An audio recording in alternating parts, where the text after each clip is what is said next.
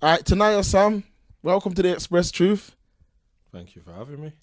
Now, we want to get into the journey and get an understanding of where you're coming from. Mm-hmm. People on the left of the screen, you see the book that Tanayah's just written. And we will get to that, but we want to get into the journey of Tanayah. So let's take it back to the beginning. Tanayah, where did you grow up and what was life like? Up until I was 6, Neutrals, and then from there, Winson Green, up until I was 14, and then Newtown till adulthood.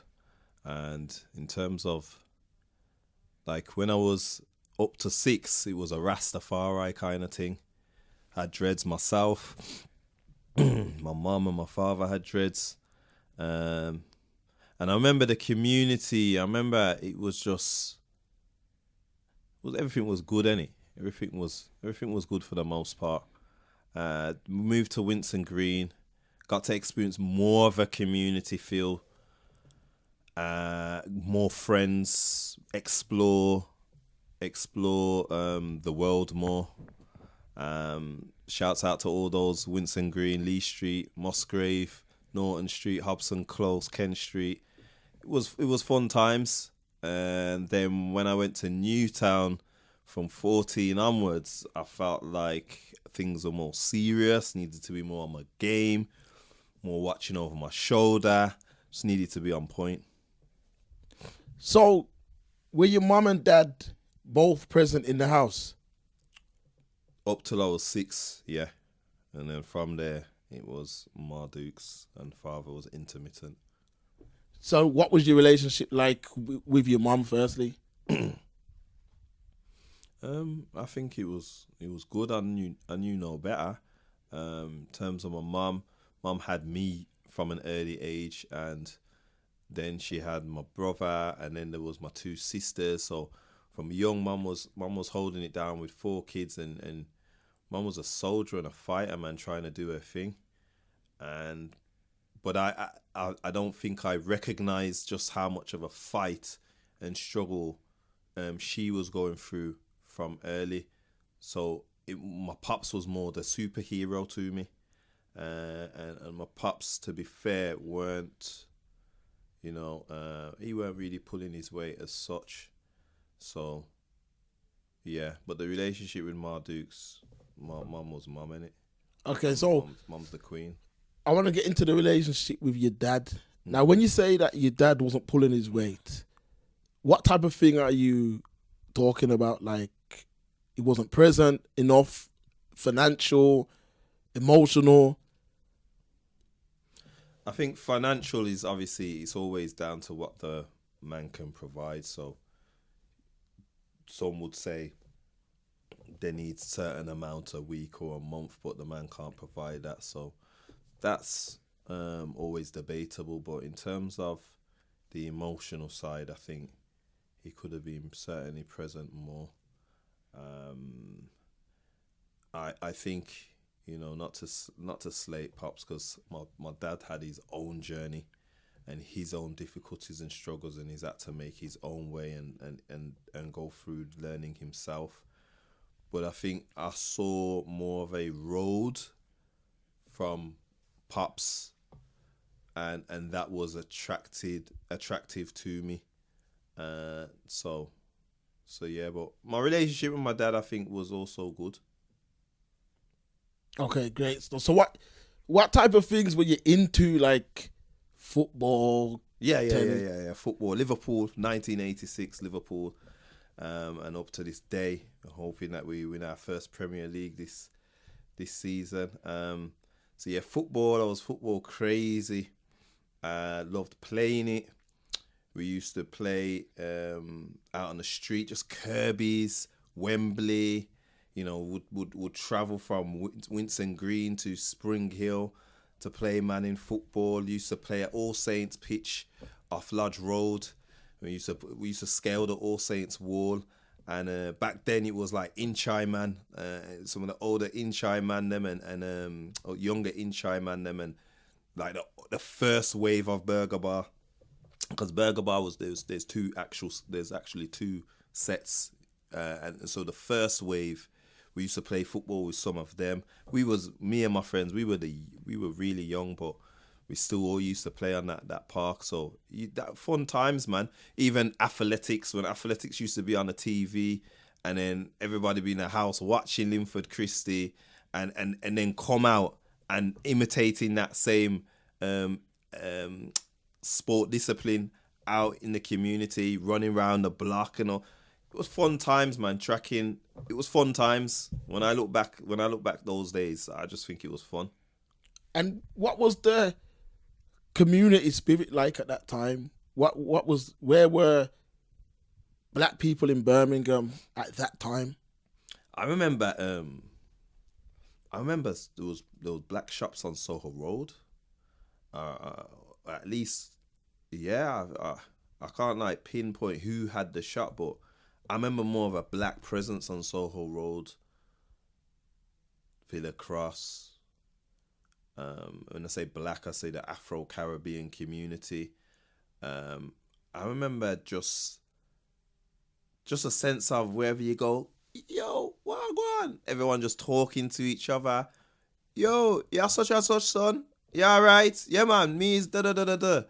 And it was just like that, you know what I mean? If we're up to no good, just a slight misbehavior, you get pulled up.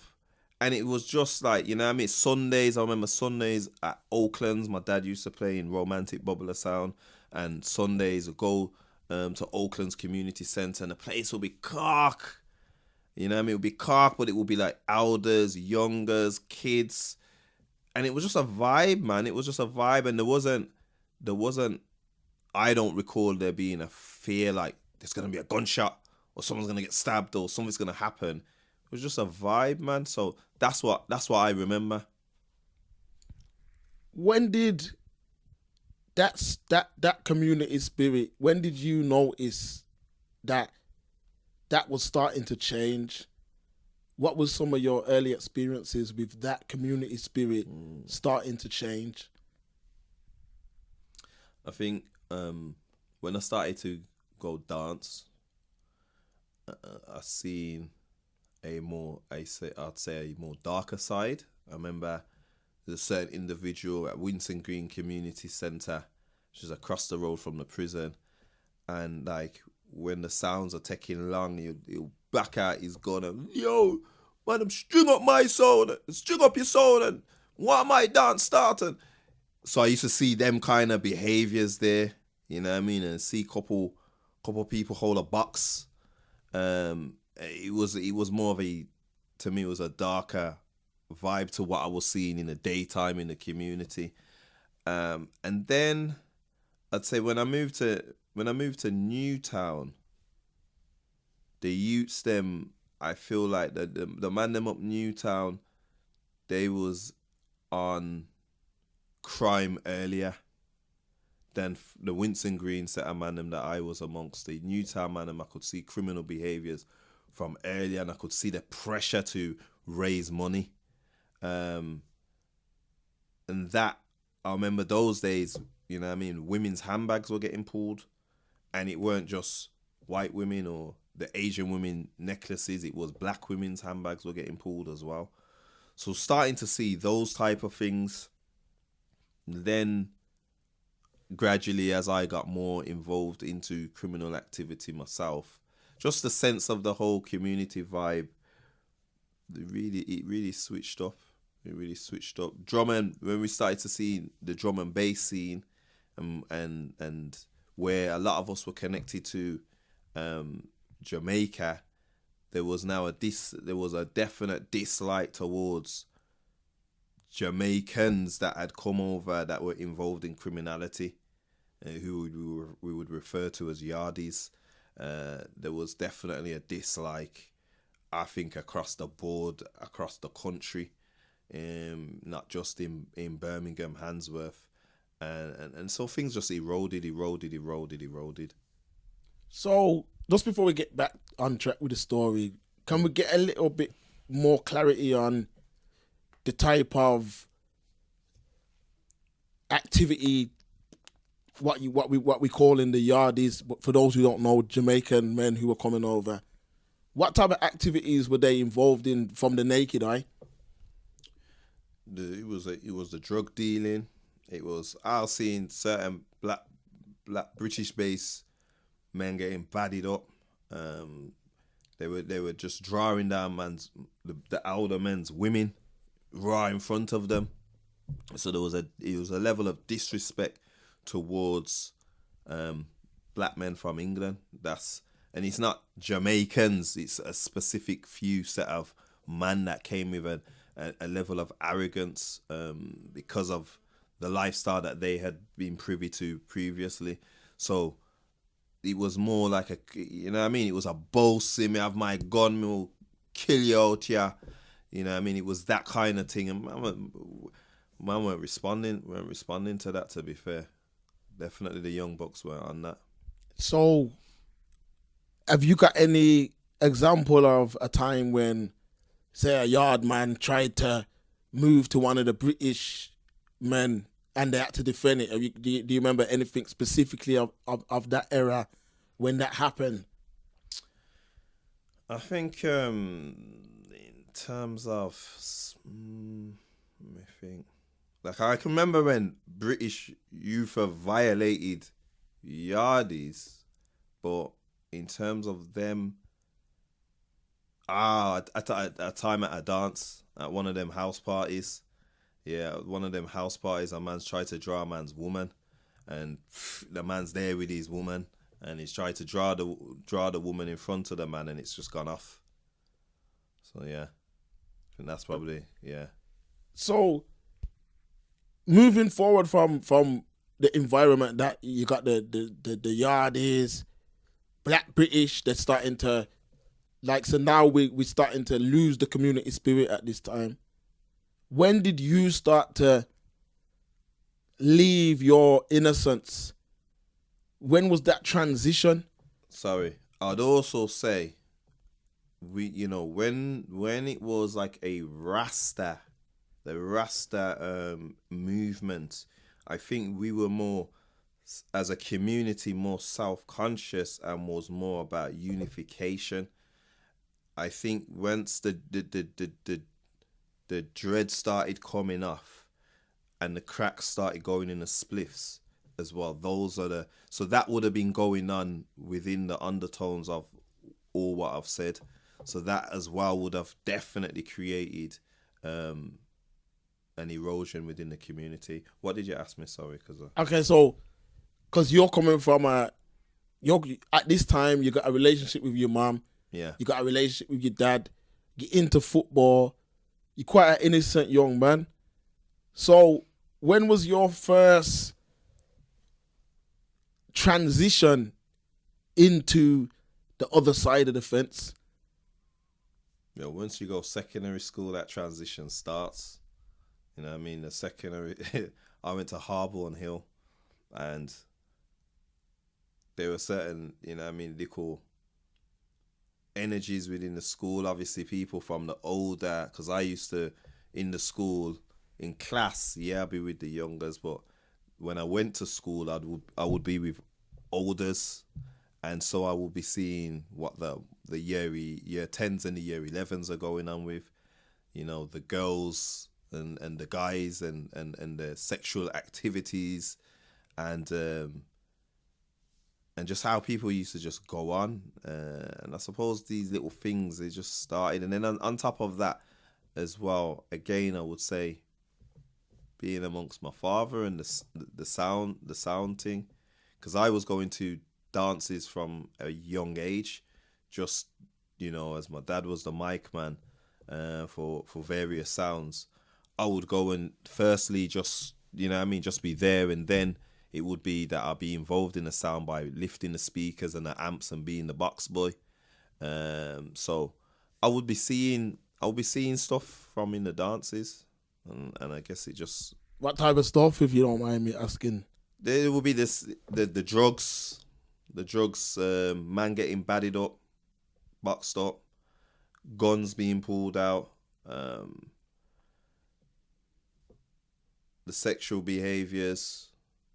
So yeah, those things to an innocent, you know what I mean? I was innocent, so I didn't really. My house, I don't see them things. My mum weren't bringing no men back in the yard. There's not no this male friend, that male friend. So I never, you know what I mean? Home was very different to when I go out and I'm starting to see all these different things, along with Menace, Juice, you know what I mean? New Jack City, and you're seeing these films, and then you're going out into the community and you're seeing certain things. Like, oh, it's a bit different. So when them films, so we're talking about, so people is talking about like Menace to Society, Juice with Tupac, New Jack City, that's Wesley Snipes, isn't it? Yeah. So I love that film. What type of impression did those films have on not only you but your friends at the time? I mean, as a friendship group, cause we was at that time we was into sound and it, so we was trying to emulate the elders with sound, but you know the way your dress code and the names, when we started trying to make up little nicknames for ourselves, and you know we was actually taking from different films. None of the names stuck, but the influence was there in it. So yeah, I think there was an influence, but it would have been subconscious a lot of the times, because that's what happens, isn't it, with the music and the films? They affect you subconsciously. So, but you know, like when you're watching, like say, let's say a film like New Jack City, Yeah, where you're seeing a man on the come up, man's going from pennies to pounds to making serious money.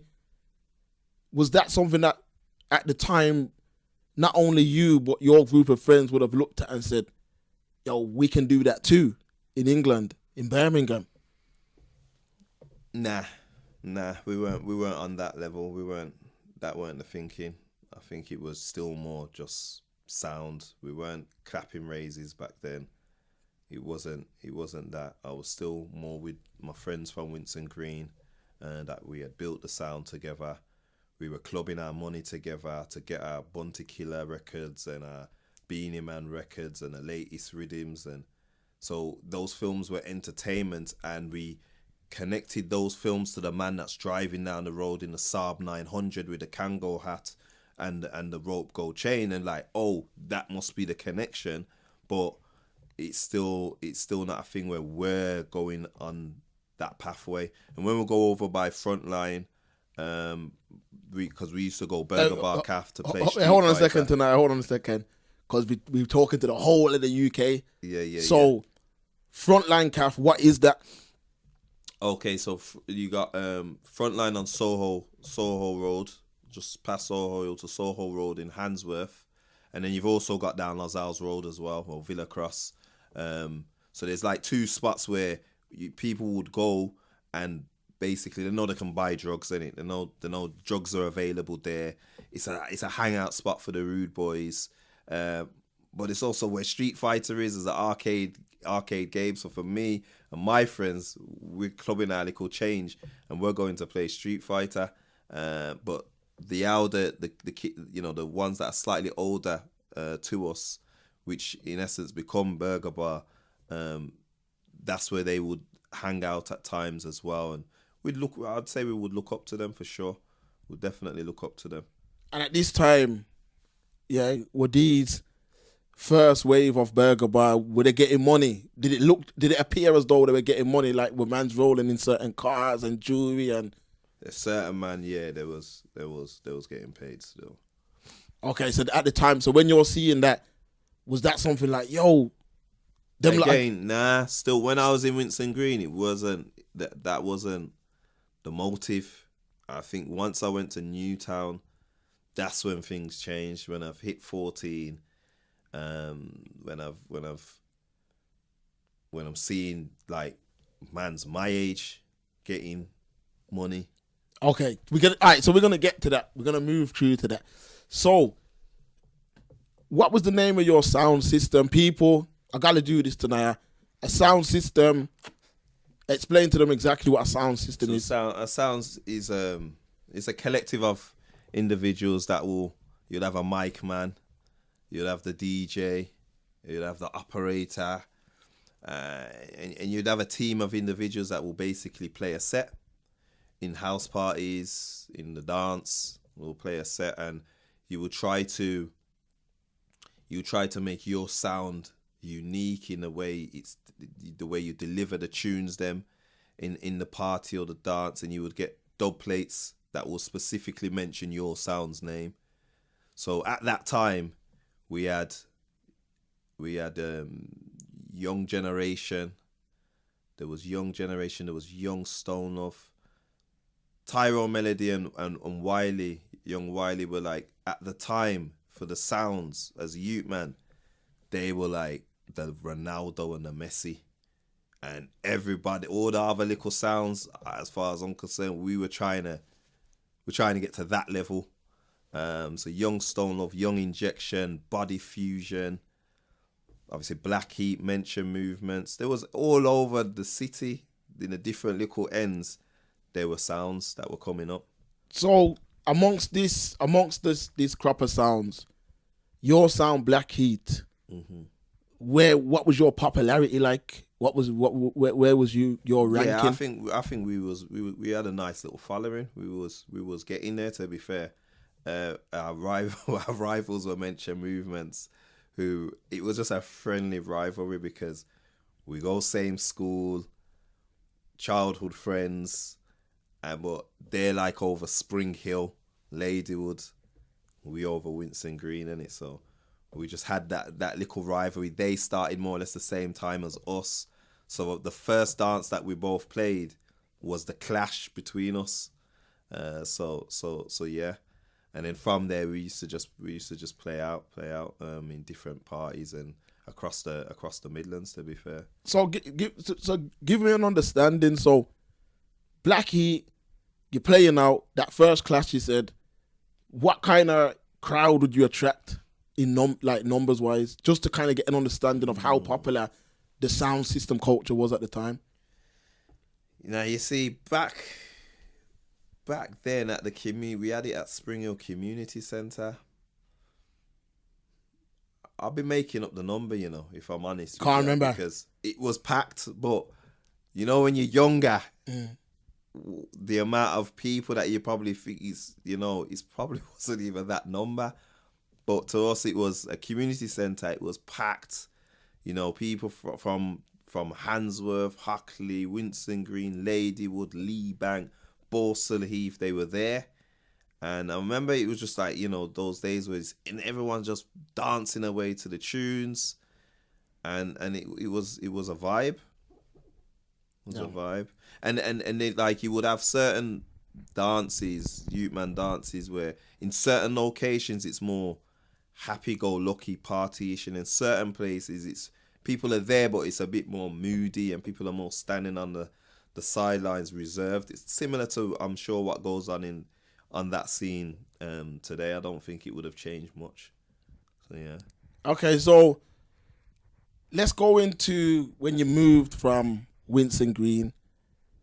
What was the reason for that? Did your mom just say she wanted a change, or was there a specific reason why you moved from Winston Green to Newtown? And probably for a bigger home, more than likely, because it was a bigger home. So it was more than likely it would have been a bigger home for Mardukes. And at that time, what type of work was your mom doing? I can't remember, Okay. So you leave from Winston Green, you go to Newtown, and what was the difference? What were some of the differences you were noticing in Newtown? Even though it's not that far, Birmingham people know that each borough is like a different city, especially in them days. So what were some of the differences you noticed right off the top? The houses were different because we moved from a 3-bed to a 3-bed house to a 3-bed townhouse. We had the park, Burberry Park. So as you step outside my back garden, you step foot into Burberry Park. There was alleys, just like, because Melbourne Avenues where I lived, where we moved to. So it's just alleys, just, there's loads of alleys. the youth would wear more the hoods on their heads, and I felt though they looked rough. They looked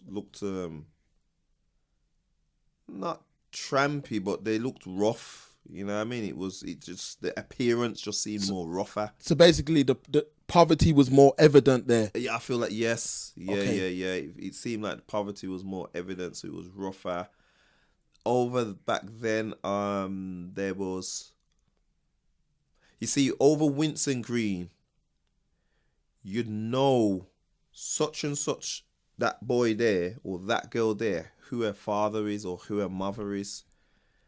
Once I went to Newtown, I ain't got a clue where these people are coming from in terms of who's their pops.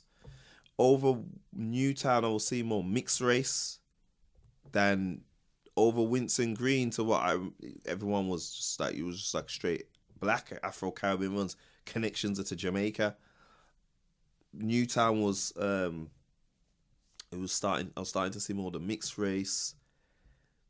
The youth then were smoking, which I had been exposed to smoking in Winson Green, but this was where like just 13, 12 years, just whip out the Rizla, just bill a spliff.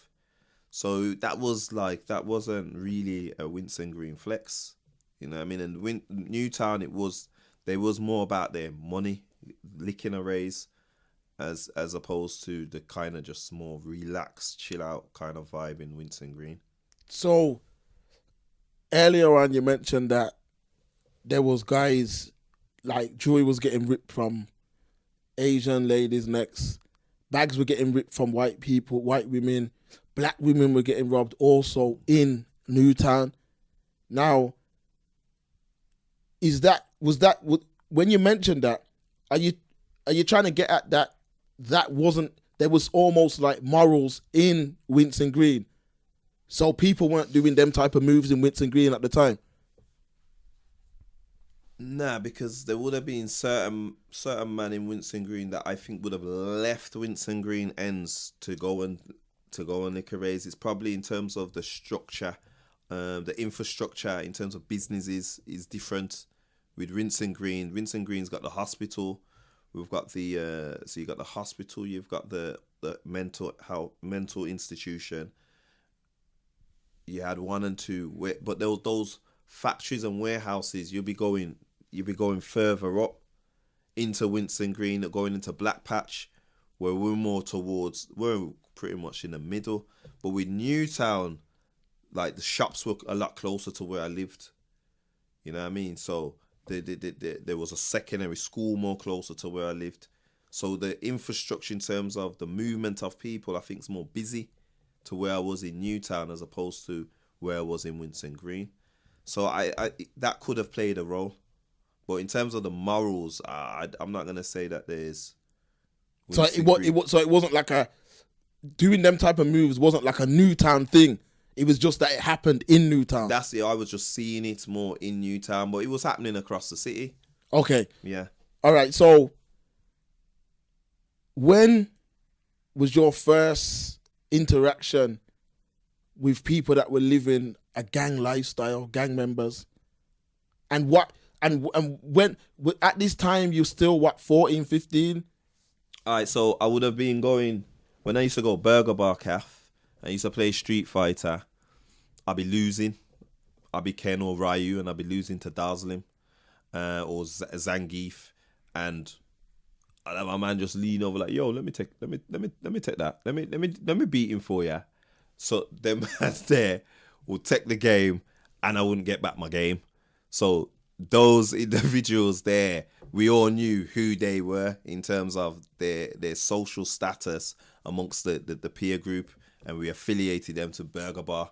Okay, then it was the dances I would see, you know what I mean, certain individuals, and then it was in Newtown. Then they wasn't Johnsons at the time, but they had their little clique. Yeah. And they will go on with their things. All right, in the community at that time, yeah, You got Burger Bar and not yet named the Johnson Crew, but we know that they're called Burger Bar at this time. There was the Johnson's Crew, but those individuals, I wouldn't say that they were Johnsons at the time. Okay. They had a different name. So what type of clout did they have in the community at this time? They were the ghetto superstars, man. Explain. Break it down what you mean. They were, you know what I mean? The girls would be like, oh, they're so-and-so. You know, get gassed. The guys would be like, oh, they're so... You know what I mean? Like, they were the figures that will, you know what I mean? When they come through, everybody are taught their name. You know, they're walking in as a crowd. That crowd starts to make a little way and they come through. Safe. You know what I mean? So they are definitely, in my opinion, they had clout. And this clout, would you say it was built off of fear? Or was it what they were in possession of? Or man used to see them with the girls and the cars and the designer clothes and wanted to be them? Or was it off of fear? What in your eyes, on your journey, how did you picture it or see it? The Burger Bar man, them, I think they had like a flamboyance about them at the time, and the dancehall scene. They're coming from the dancehall scene, you know what I mean? They all had little sounds themselves, so you know just the way they dressed, there was a level of flamboyance, in my opinion, with regards to them, and so that naturally came with a level of admiration. They was popular in terms of, I think they were more popular in terms of family connections around the different areas, their network of friends, and so there would have been an element of fear, but I don't think it was like to what I remember with the Johnsons, who there was more of a fear element. But that's me as an outsider looking in to their circles, and so when they used to come about, I held them to be more teethy, kind of, you know what I mean? The Johnnies or Burgers? Yeah, the Johnnies at the time, I had them to be more teethish, and as I says, they at the time back then they looked a bit more rougher, but then you had the proper Johnnies. They were older. To me, they were old. They seemed older than the burger youths, them, and them man, they were on things. Okay, you know, they were on crud.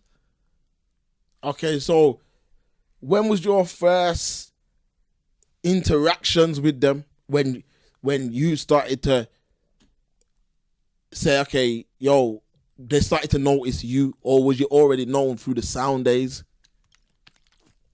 Nah, then they started to know me through the fact that I was living in Newtown, and it's just like, you know what I mean, just be chilling and blazing a bud, you know, because I'm in the area. I know one and two of them and their cousins, so it's like, and yeah, probably through because I'm in a sound, and they're going to dances, so yeah, certain relationships start building, but it was more just like a chill out thing, just a blaze a spliff, nothing too heavy, to be fair, in terms of the relationship with them. I weren't really parring with no mans from my ends. I was still daily always going back to Winston Green, back to Handsworth, Ladywood, Hockley. And would a Johnson crew who you was getting on with at that time, mm-hmm. were they cool with you going over to the other side and chilling with guys from that side of town? There wasn't a level of friction, because back then you had JC man and BB man flexing together, like more established ones that are over in the, you know what I mean, bottom part of Answorth, the Heathfield Road, Westminster Road. Man, they used to chill on both sides. They're still connected. You get me? So, because remember, this is it's childhood friends, and there's a path just got separated. But for the most part, people were still chilling. People will still be rolling. So I remember back then there were certain JC man them and BB man them on a move together, on the bus together, in a car together, chilling. So yeah. Where do you see the change then? Let's get back to the question. Where do I see the change? When I was in jail, that's where I started to see an animosity. I was padded up with a JC man, and he used to just speak bad about, obviously, Handsworth man. I remember one time he wrote on the pillow all his man them's name. So I wrote on the other side of the pillow all of my man them name. And so we'd have a little, you know what I mean? But we were still good. And then there were certain little fights that would start taking place between BB man and JC man. And with certain little fights. Stuff would have been happening in the community. I'm not saying that that's the first time. Like, other people would have had their little friction. But it was individuals. It wasn't like... So if a JC man and a BB man's fighting now in the holding room, everyone's not rushing one individual, as opposed to if it was say somebody from Warsaw, everybody would have rushed them. Okay. You get me? So man are still standoffish and allowing them to just have that fight, and who wins and who lose. And so the animosity starts to build. It starts to build up. And then I remember also when man used to come to my yard, some of my, like, from my peer group, and I know that the JC man them, if they caught them leaving the area, they will try and move to them. I know a couple of man did get robbed. It was a bit sticky still. Was that when so a man would come check you at your yard from the other side of town, like from your old neighborhood, and when he'd leave, the Johnsons would like move to him. But were they moving to him because was man's getting robbed us because they're getting robbed, or was it because you was from? Nah, it weren't because you're from that area. It's more because who are you? We don't know you. You get me? Yeah. So it's more that we don't know you. So we're opportunists. So we're seeing an opportunity here. You've got a computer game. We're gonna take your computer game. You've got a bike. We want the bike. So it's more the opportunists. And the thing will be happening on they will be going over to certain, and if man catch them, they're getting peeled because it's opportunists in it. And it's, if you've got back then, if you had that reputation where you was a knocker or you was connected to certain individuals, like, yo, you know my people's them are the days when people will call up certain names. So if you're connected with certain people, then you would get a pass. But for the most part, if you due to get touched if a man sees an opportunity. So when did it go from a bit standoffish to all out? It was just like, yo, them man are on that side and these men are on this side. And when did you separate yourself and form a division of whatever crew? If you can break that down, please. So once my little set, Badda Bar, once we formed our little set, then it was, for me, I'm Badda Bar in it. I'm all in with Badda Bar. And then there was, I still see, man. I still chill with, you know what I mean? Chill still blaze. There wasn't no, you know what I mean? It was one and two little man. But it's more, I think it's more, who is he? They don't know me as such, as opposed to the crew name. But speaking to them, they may say different. I think so. When one time when one of the guys them left in fact it was in town, to the guys that were affiliated with us, they got basically got tacked up. The JC man them, did they hit them? They definitely troubled them in some sense. So from there, man just was like, nah, that's like a violation. So we went down looking for them, and we caught 1 and 2. And obviously there's that physical altercation went on. And then off the back of that, Like when I would see them, I felt like, because previously I would see them and not feel like I need to watch my back, like that something's gonna happen to me. And then after that occasion, it switched up, and it got peak and sticky for me. So all right, so let's talk about Badda Bar. Yeah, Mm-hmm. I used to hear that name still, but I've never known exactly what that is. I know it was something. I know it was some affiliation with burgers. Mm. Why? So your group of friends, what made you want to form a crew? Full stop. Was you like getting touched, or was it just like? Nah. I think we're all coming from sound, so there was by this point now, the sound thing for the young bucks is dying out. There's more drum and bass, man. I'm gonna listen to more drum and bass kind of vibe, and just that whole clubbing your school money together, your pocket money together to go to the record shop to buy your records, and just the sound. It was dying out, so we would be chilling.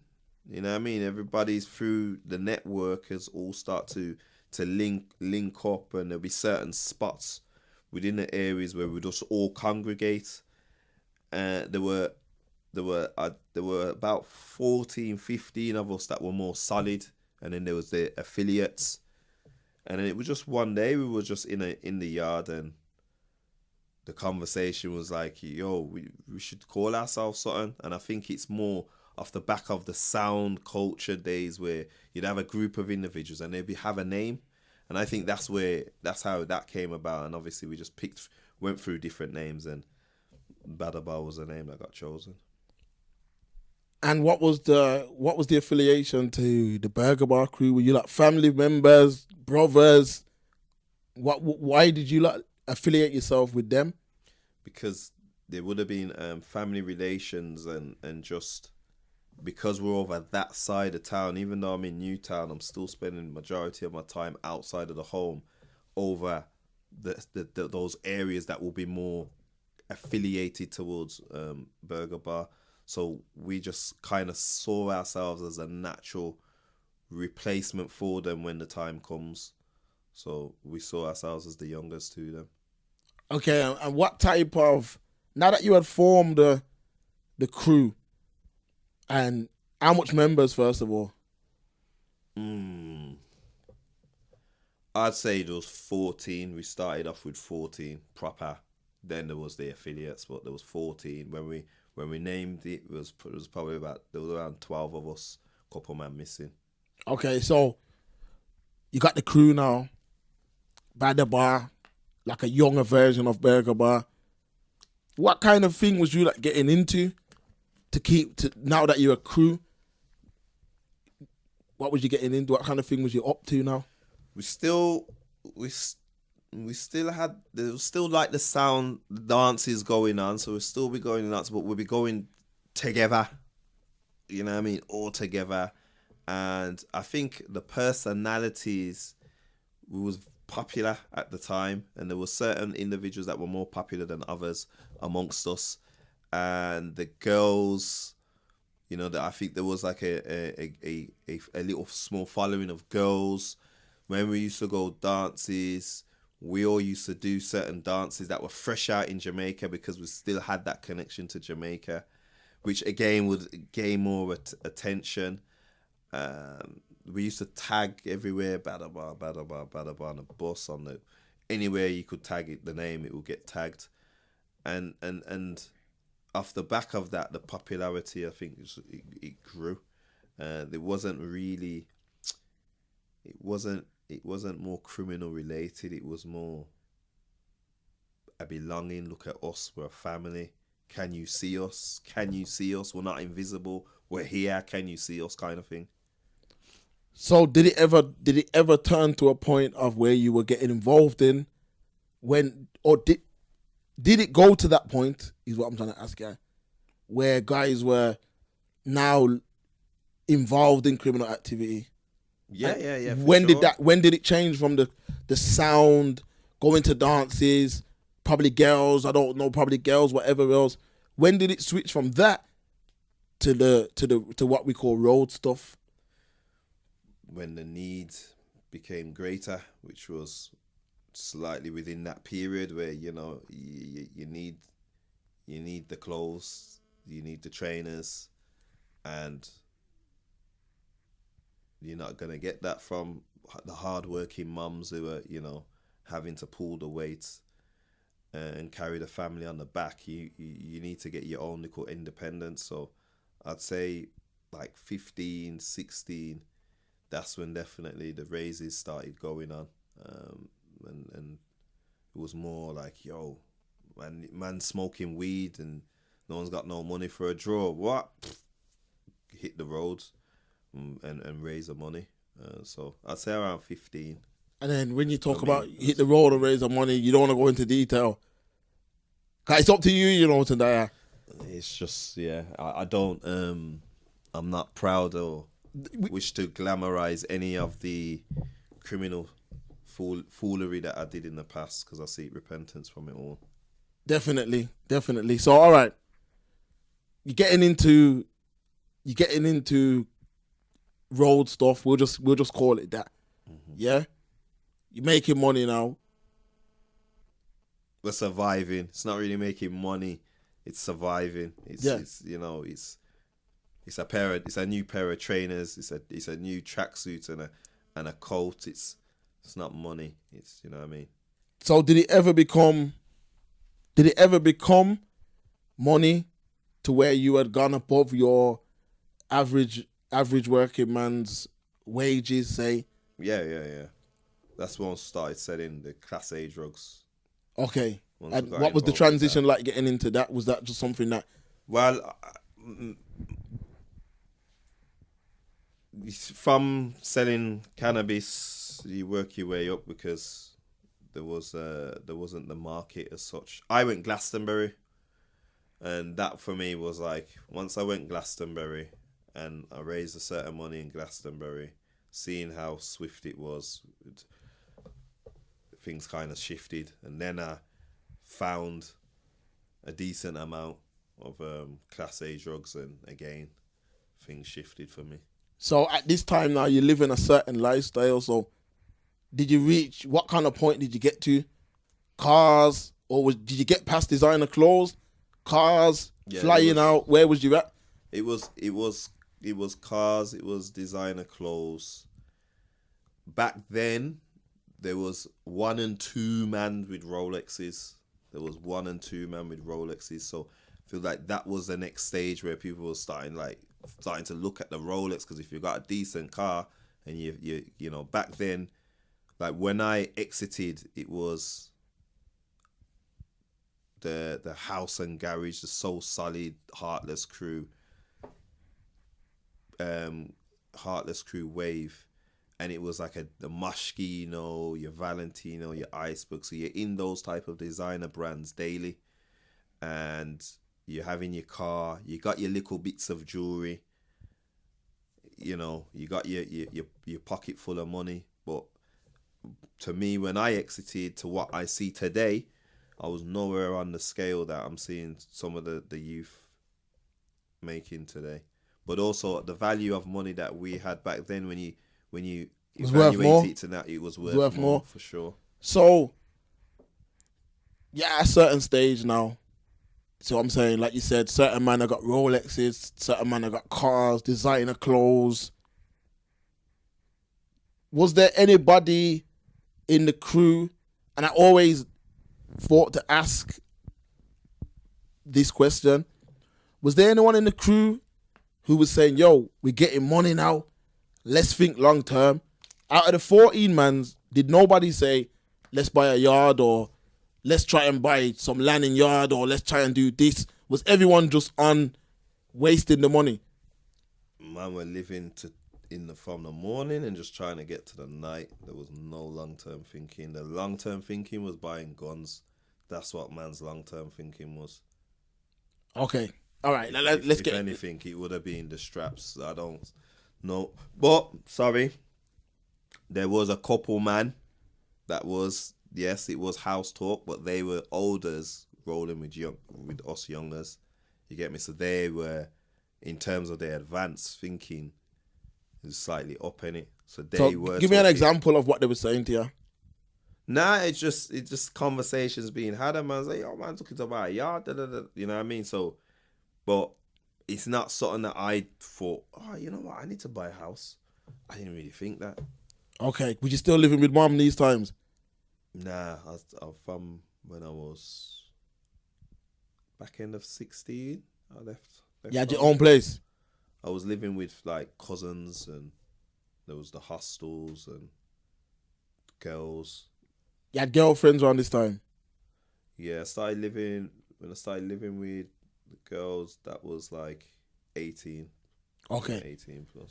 All right. So at this time now, guys are fairly successful on the road. At what point did the war start to get warm? Where you like Badda Bar, which some call Young Burger Bar. When were you like? Badda Bar really would be classed as Burger Bar. So when people refer to Burger Bar, they're referring to Badda Bar, and they're referring to some. But were you like players starting to roll with like the main mans in burgers them times? Yeah, because that's naturally what happens with all crews, is that you have the youth, which is the youngers, and then it gets to a point where the youngers and the olders become one. But by then, I personally feel both crews had ditched the name. No one weren't really referred. Like, I ain't heard no Burger Bar man call himself Burger Bar past 2000. No, I ain't heard none of them say that. But I ain't heard no one really call herself Badda Bar either. You get me? Yeah. So both kind of, the names stuck, and obviously Burger Bar became more resilient over time. But in terms of the actual individuals involved, none of them weren't calling themselves them names. Okay, so when was it that the war started to warm up now, and you had to get into? It was confrontational, so it was a level of what the youths call today an on-site kind of thing. Like, yo, when I see my man, it's on-site. When did it get to that, and what transitioned just into that? Would have been certain conflicts that, you know, because of the amount of unfortunate injuries that people have suffered over the conflict, some deaths. It's not something that I really want to go too into, because I'm sensitive to how some of them feel, and some of that is still very raw today. You know, people are in prison for, you know, some people are in prison for life. Some didn't do the crimes and they're in there for life. People are still going to the cemeteries and placing flowers and still remembering people yearly. So it's not something I wish to go too deep into, but I do understand that people want to get a bit of an insight. So I would say for me personally, and I hope off the back of this book, those who will challenge what I'm saying, they can write their own book. Yeah, man, we're going to get into everything. That's what I would hope. But for me, I started to see that on-site vibe from 1998. That's when I seen it. That's when I was involved, experienced it personally. So 1998 was when it was an on-site thing. And both sides.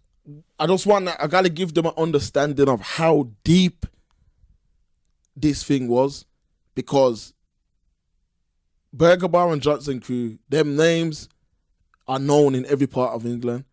They're known globally, yeah. So, did you have to walk around with a strap, fam? If you don't want to answer, skip over it. 100%. And if you seen a man, was it a thing where you've got to pull, or was it defensive? I didn't do nothing on record. Okay.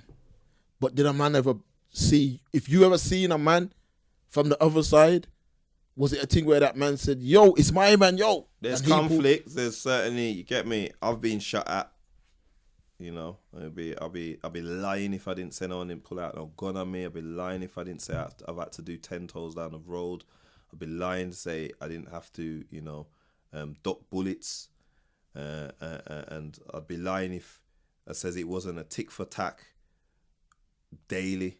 because that's what that conflict was daily. It was tick for tack. It was, you know, some people over one side will look at the other side like, they like basically they're superior, but both sides were getting, you know what I mean? There was always, the scoreboards would level out, and then one side is getting a bit more on the scoreboard to the other side, but it was a tick for tack, day in day out kind of thing, to be fair. And it was intense. It was bad for the city, it was bad for the community, it was bad for the youth. Some people are still stuck in that world. May Allah guide them. I hope they find inner peace. And even like for me to have witnessed and been involved in that, to sit here in front of the camera, I think it's a blessing. Now, there's going to be people that don't want me to sit in front of no camera, don't want me to talk the story at all. But I'm speaking my truth and speaking about my own journey. And no one can't talk to me about my own journey. But for other people, they're going through a struggle, and they're still going through a struggle now. Some people have got injuries that they're still having to attend to years later, and it's not something that, for me, to speak about it, I should take it lightly, because it's something that destroyed lives. And then there's the victims as well. You know what I mean? There's mothers, there's fathers, there's brothers, there's sisters, there's children, there's friends. It was a bad time for the city, and in my opinion, we're still dealing with it, because the youth that followed through the same way we looked up to a set of individuals when we were at a pinnacle, youth were looking up to us, and they followed through trying to emulate us, and then other youth tried to emulate them, and it's carried on, and it's what we're dealing with today. And Manchester had the same thing, because they had their Doddington and Gooch and Cheetah Mill nonsense. Then Brixton, Peckham, Ghetto Boys, Tottenham, Hackney, they had their thing going on. So it's something that's, you know what I mean, it impacts across the country. So that's basically what I wanted to get into next. Mm-hmm. I've read your book. Very, very well written. Congratulations, like I said Thank here you. in privately. Congratulations on turning your life around, full stop. How did it impact? I know you got a younger brother. Mm-hmm. Now, when you look back on how your life panned out at that time, how did it impact your younger brother? Well, he's a youth that was in the mix as well, and it's so for many young people, they were caught up in the mix. Now, the same way I can talk about the family dynamics and the stuff that I went through as a child, or he was in the same house, so it has to impact on him and on his journey some way, shape or form. So, you know, and of course I'm the older one, so for sure I'm gonna have a definite influence. He was definitely more in line with the guys in Newtown, because he was younger and his friendship group was stronger, and I think my involvement affected his friendship group, for sure. But it's his story, and I don't really want to speak too much on his own story, because he might wish to tell it, he might wish to keep it. But when you look back, first of all, what's the age group, the age difference between you and your sibling, your brother? 3 years. All right, so when you look back, what I'm trying to get at, when you look back, I ain't got a brother, but if you would have wanted to be a footballer, would he have wanted to be a footballer? Okay, so you look, so you can see that you was a impact. Yeah, for sure. yeah. That's what I'm trying to get at for those today that are looking at your story. Mm-hmm. So he's seeing the direction you was going in, and it influenced his decision to go in that direction. Yeah, he didn't. Yeah. All right, But his direction isn't necessarily my full direction. That's what I'm saying. So that's why I don't wish to go into that. His story is his story. Okay, no problem. So all right. When did you start to come to the realization that this was not the way you wanted to continue to go? What were some of the early signs? There was there was a conversation. I always think back to the conversation of my friend who we was just talking, me and him were just walking down Soul Road, and he's like, yo, you know we're going to be questioning our grave when we die. So what? We're going to be what? It's like, yeah, we're going to be questioning our grave when we die. I've always thought about death, and I've always tried to make sense of why am I here. So that's always been present. I've been, as a child, one to read the Bible, but the answers I weren't finding. So when he said that, I knew that his cousin was a Muslim. So I just thought, Anyway, but we quickly got distracted with incidents that happened after that. So the next kind of time would have been like about 18 months later when I got locked up. And my girl at the time, we was seeing each other on the D-Lo. So my friends didn't really know that we were seeing each other. And there was one friend in particular who he was nasty to her when he found out that me and her were seeing each other. And I just thought that, but wait, if you're my dog, if you love me like I love you, why would you? And that just made me, you know what I mean? And then, to be fair, actually, sorry, there's an incident that happened before then where the same individual, there's something that went on, which is in the book. Read the book, chapter frontline. So I don't want to. Yeah, we're not going to spoil that. Yeah. But those little things there make me say, this, you know what I mean? So there's a voice now in the back of the head saying, yo, are you sure these men are with you like how you're with them? So when I went into prison, again, you know what I mean, the details are in the book, but I started to question certain things and got certain answers, and then started to look into a different way to potentially to be.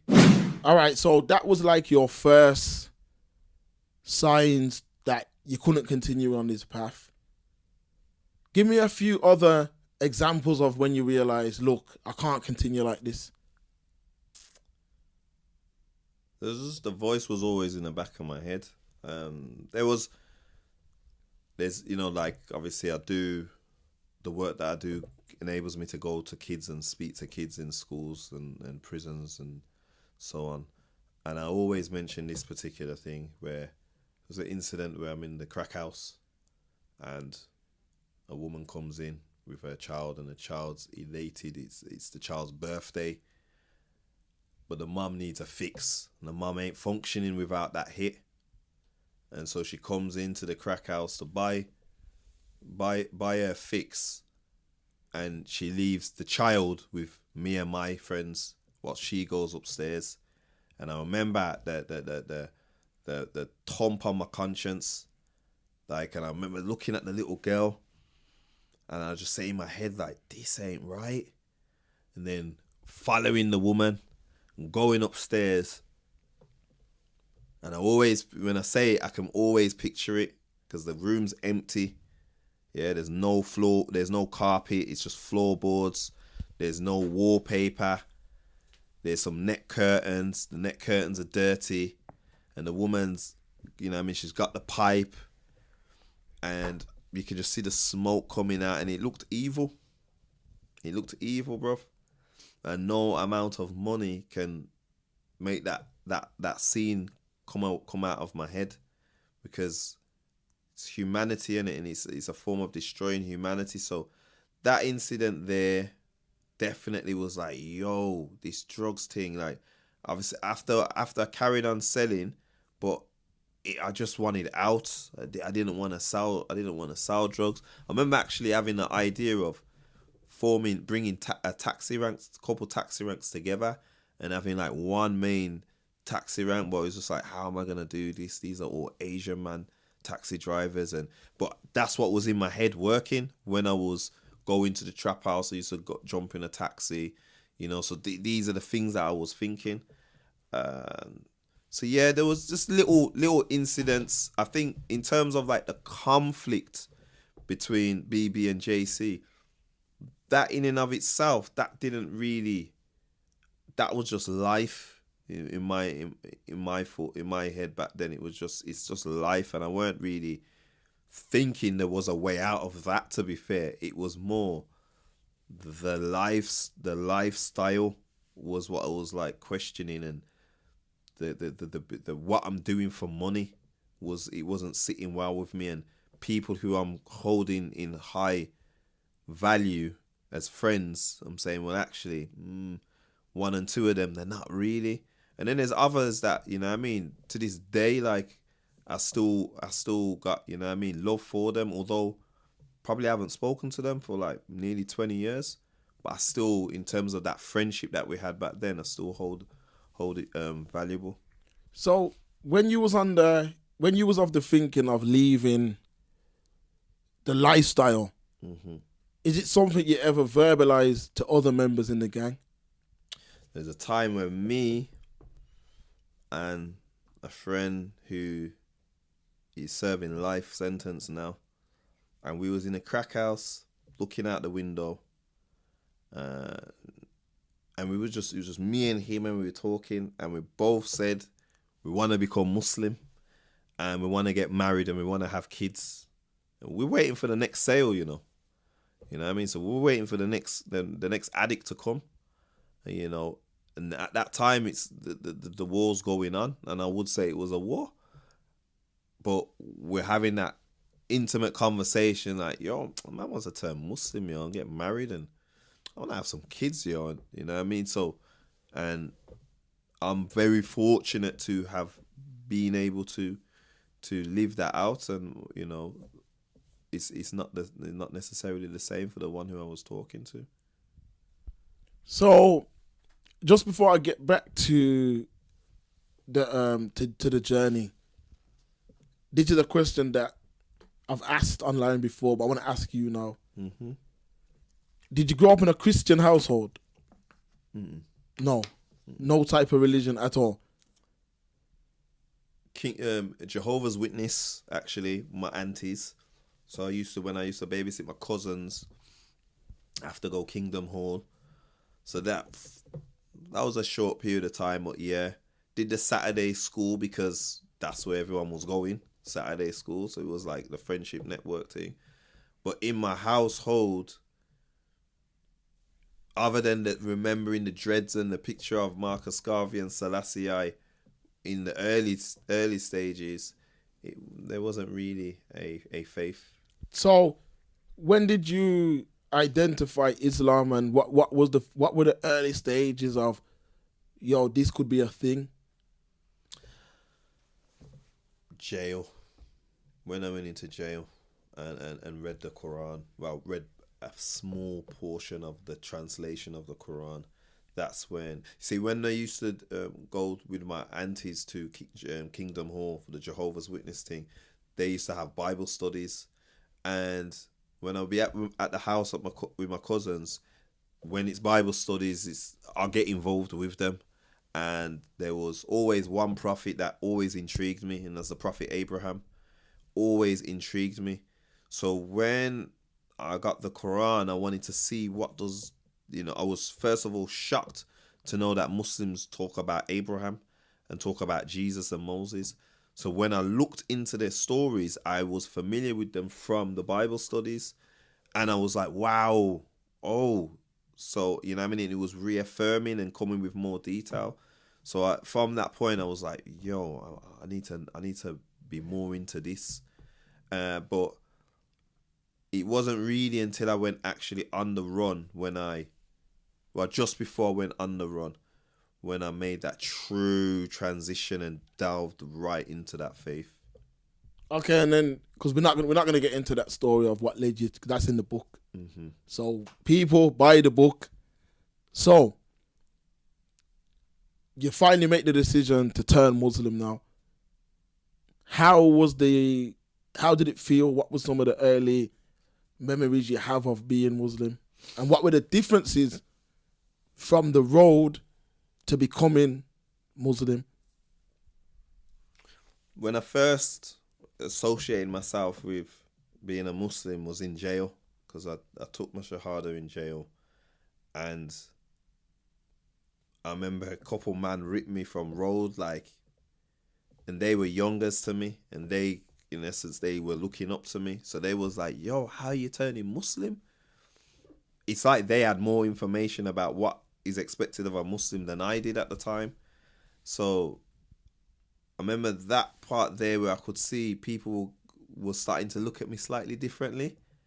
But I came out and I got back on road, and I didn't really understand what I had embraced into.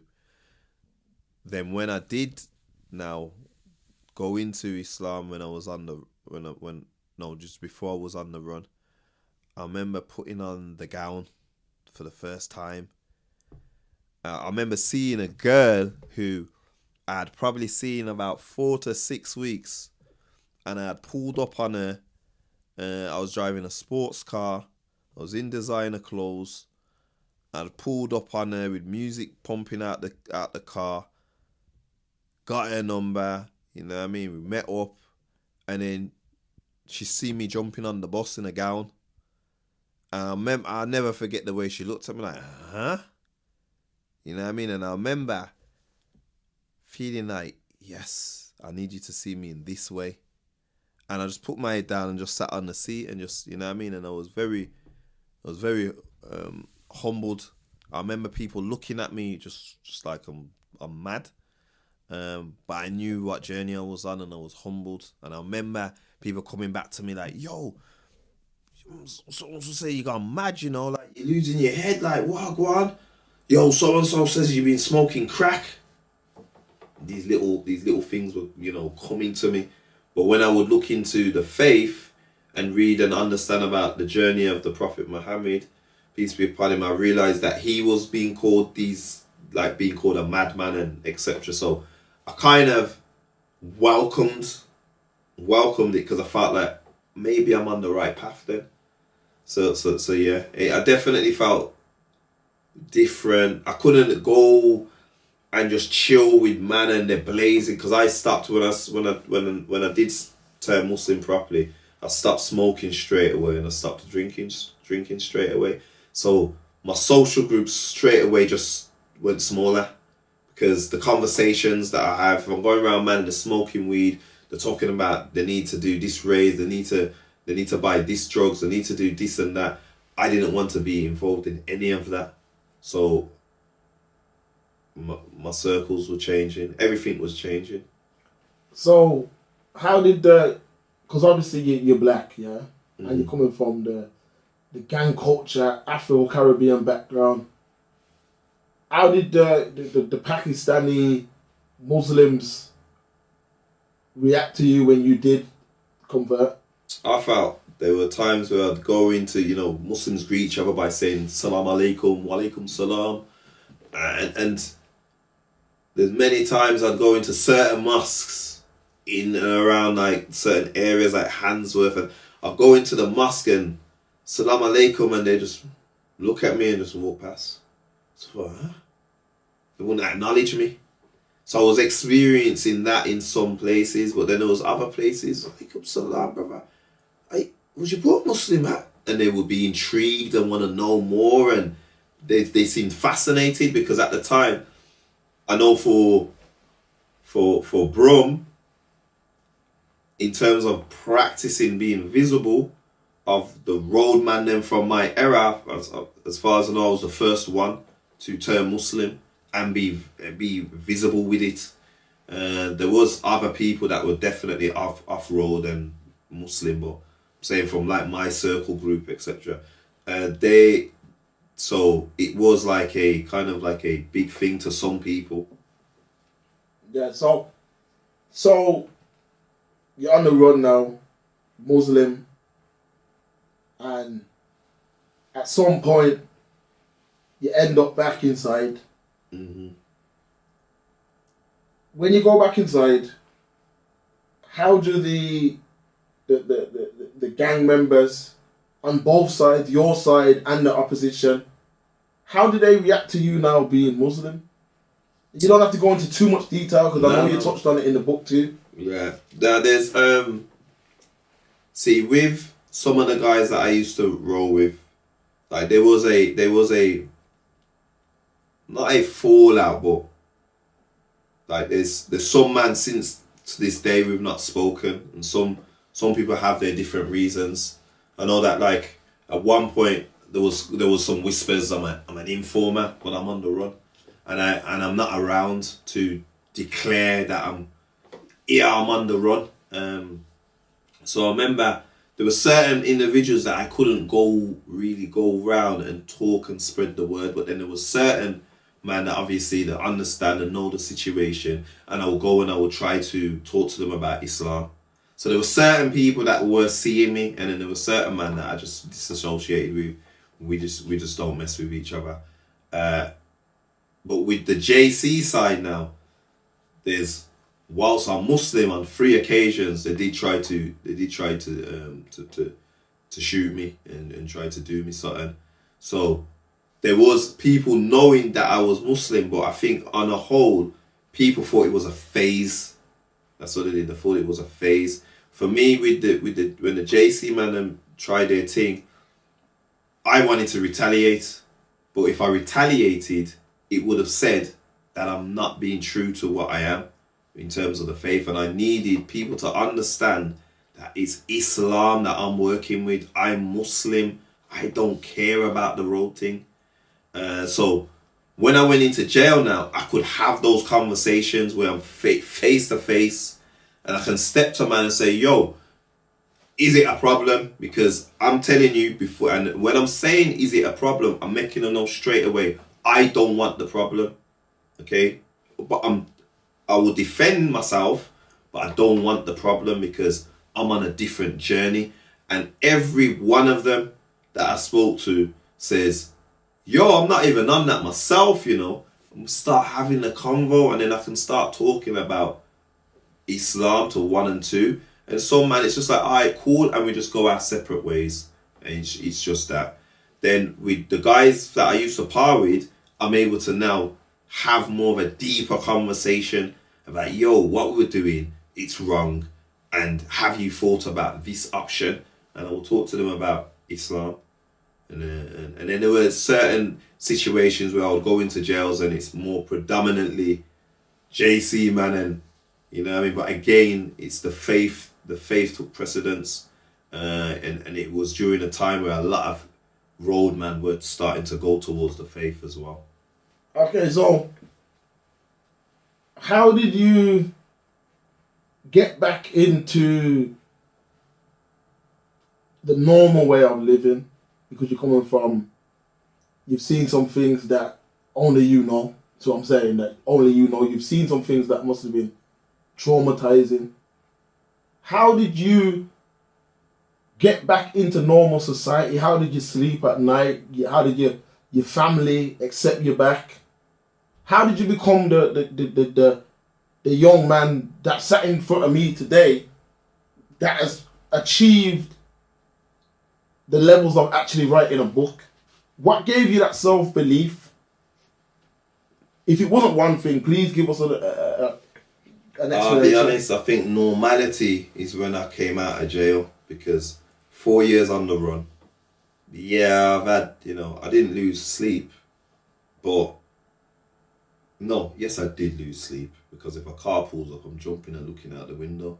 So, and I'm having to sleep in different places.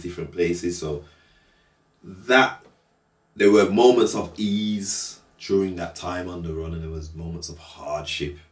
And then I've gone into prison, and again, there's moments of ease and there's moments of hardship.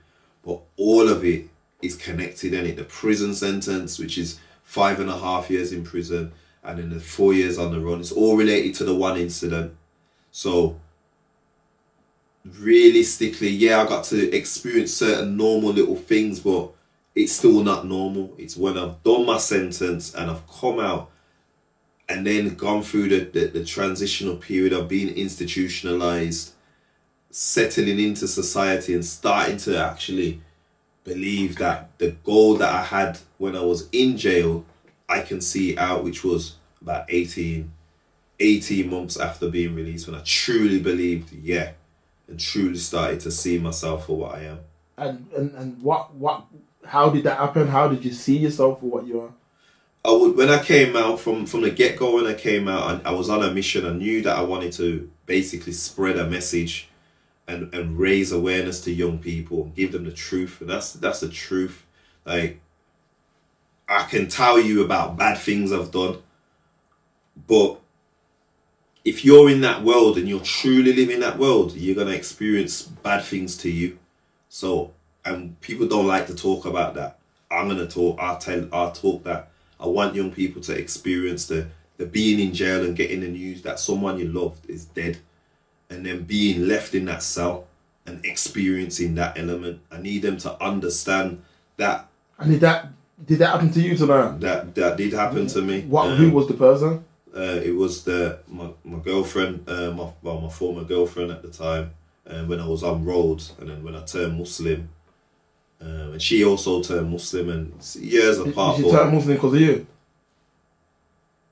She's not here to say what, you get me, so I can't really speak for her. Yeah. I could say that there was an influence without a doubt. With most people that were around me that turned Muslim, they had an influence from me. And when that prison officer came to you and gave you that news, and you went back to your cell, what were the feelings like, knowing that you couldn't do anything? You couldn't even...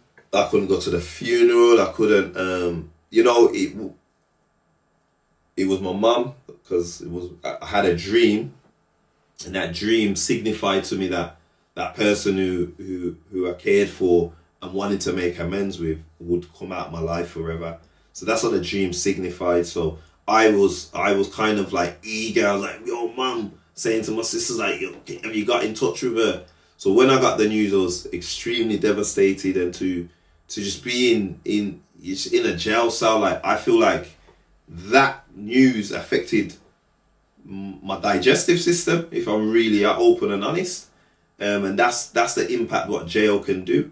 So for young people, I want young people to understand that it's not all just the designer clothes, the cars, the rollies. With that comes another side. So I want to be the one to show them the other side. And I believe from I came out that, yeah, that's what I want to do. But I was getting a lot of nutback stores closing. It's not until about the 18-month mark where I'm seeing, you know what I mean? I got the opportunity to work in prison. And I went back into H&P Birmingham, where I had previously been a prisoner, and got my 9-year sentence to go back in there to work with man. And I made that plan, that vision, when I was in jail as a prisoner, that I would do that. So when that happened, I was like, this is possible. This is possible. And I ended up working in that prison for 4.5 years. Salary. The man them got their mobile phone, the telephones in the cells. I was involved in that. I was involved in them getting their clothes handed in, and trainers handed in on visits. That them getting 2 canteens a week.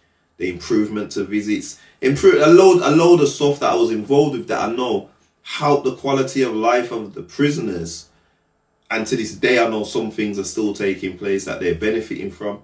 And I did that not just there. I worked in 16 prisons for a 5-year period. So, and then from that, I started to do the work that I'm doing now and set up my own organisation. So with all of that, I understand, which I never believed back then, that you can achieve anything. You just got to put your mind to it. You just got to graft. You got to work hard, stay focused. It's possible you can achieve anything. But I didn't think that back then. I thought the only way you're achieving stuff is hitting road. That's the only way. So now I understand, man, anything I want to do. I went to Cambridge University to deliver a lecture. Now, university, I heard the name, but I didn't know the levels that Cambridge University was on. So when Cambridge University delivered one lecture, then they asked me to come back again, and delivered on 3 occasions, and they asked me to apply to do a master's. Now I got kicked out of school, so when they're asking me to do a master's, I didn't believe in myself. I wasn't confident.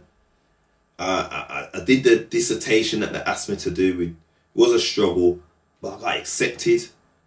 And although I never went on to doing the masters, I've always from that point on realised, yo, if as me with no GCSEs can get and the background that I've got and all the prison sentences that I've did, if I can get into Cambridge University, yo, what can't I do?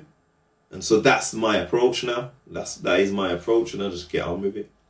Alright, so the book, where did that thought come from, and when did you put it into action? How long did it take? Going on the circuit with doing the talks and lectures, people always will be like, you should write a book. Oh, we want to know more. So the thought was in my head, and it's just like time, really. Just didn't really have the time, and then last year, also there's little things that was, you know what I mean, like one of the key things that for me was like I seen that people were taking parts of my story and they were using it for their own benefit, and I'm like, it's my story, and I've got no control in how you narrate my story and put my story out there. And I remember there's a man that like one of the elders, he got shot by the police, and they put it out in the press like about him, and I thought, but my man's trying to help young people, and look how they've dogged his name. And I just thought, nah, you know what, I need to be in control of my story, my narrative. And I was talking to my mum, and my mum was just like, do it, man, what you waiting on, do it. And so yeah, and just started from there. So last year June, really, last year June. Proper song, people. And this is part 1 of part 3, so there's 2 more to come. People, I've read this book, yeah. Very good read. It's not the kind of book that's going to take you very, very long to read, but it's got a lot of information in it. It's called After Hardship Comes Ease.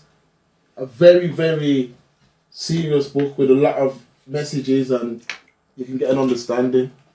So, Tanayah, big respect for coming on the Express Street. Thank you for having me. Can you give the people some links or where they can get this book from? www.TanayahSam.com. You can get it straight from my website, or you can go onto Amazon Kindle and order it from there. I'm in conversation with some independent bookstores because it is an independent book. So I'm in conversations to start stocking it around the country in some independent bookstores, but you'll be able to always get it on Amazon and www.TanayahSam.com. My Instagram, you can holler at Twitter, Facebook, at Tanayah Sam. So yeah. Anything else you want to say before we sign off? Just want to say to anybody that I've harmed in the past, you know, that I sincerely hope that you forgive me. I'm regretful for some of the ways that, you know, some of the things that I've done in the past, especially where it involves doing wrongs to other people. I value humans, I value life. And for those who are from my era, we've got children now, and a lot of the children are involved in what's going on. What are we doing? Like Badda Bar Johnson's, Gooch Crew, Doddington Crew, 28s. What's the legacy? What we're leaving behind? What is it? Where's the buildings? How come we've got no buildings for the youth them to come to? Our own buildings. How come we've got no jobs? How come we're not supplying the kids them with jobs? Why is it some of us still pushing drugs in the youth them hand? Why are we still pushing guns in the youth them hand? When our friends have done being maimed and shot and killed. We've got friends that are on drugs. We've got friends that are in mental health. We've got friends that are in prison. Some of us are in and out of prison. What are we doing? So we're just comfortable to just be earning the money from these illegitimate ways and be pushing the kids them into a lifestyle that we know was falsehood. This is 2020, the age of information, the era of entrepreneurs. We should be having things established for young people. And I start with myself, but I say it to you, to all you that would criticize the book. Feel free to criticize the book.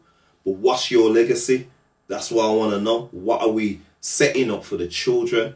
And for those of you young bucks that are watching and you're caught up, and I know some of you, because I speak to many young people, get the same whispers. Step out, be your own person. It can be difficult, it can be hard. Reach out to me, reach out to responsible, bigger, elder men that you know will talk sense to you. But step out of it. Don't be a jailhead. Don't be another statistic in the mental health asylums. Don't be another individual that's out here just poisoning the community. In this era where you can be whatever you want to be. And I would say that after hardship comes ease is something that we all should be embodying in our life, because we all go through difficulties. We all experience hardships, but we always have that ease that comes following from it. So, subhanaka wa bihamdika ashhadu an la ilaha illa anta astaghfiruka wa atubu ilayk.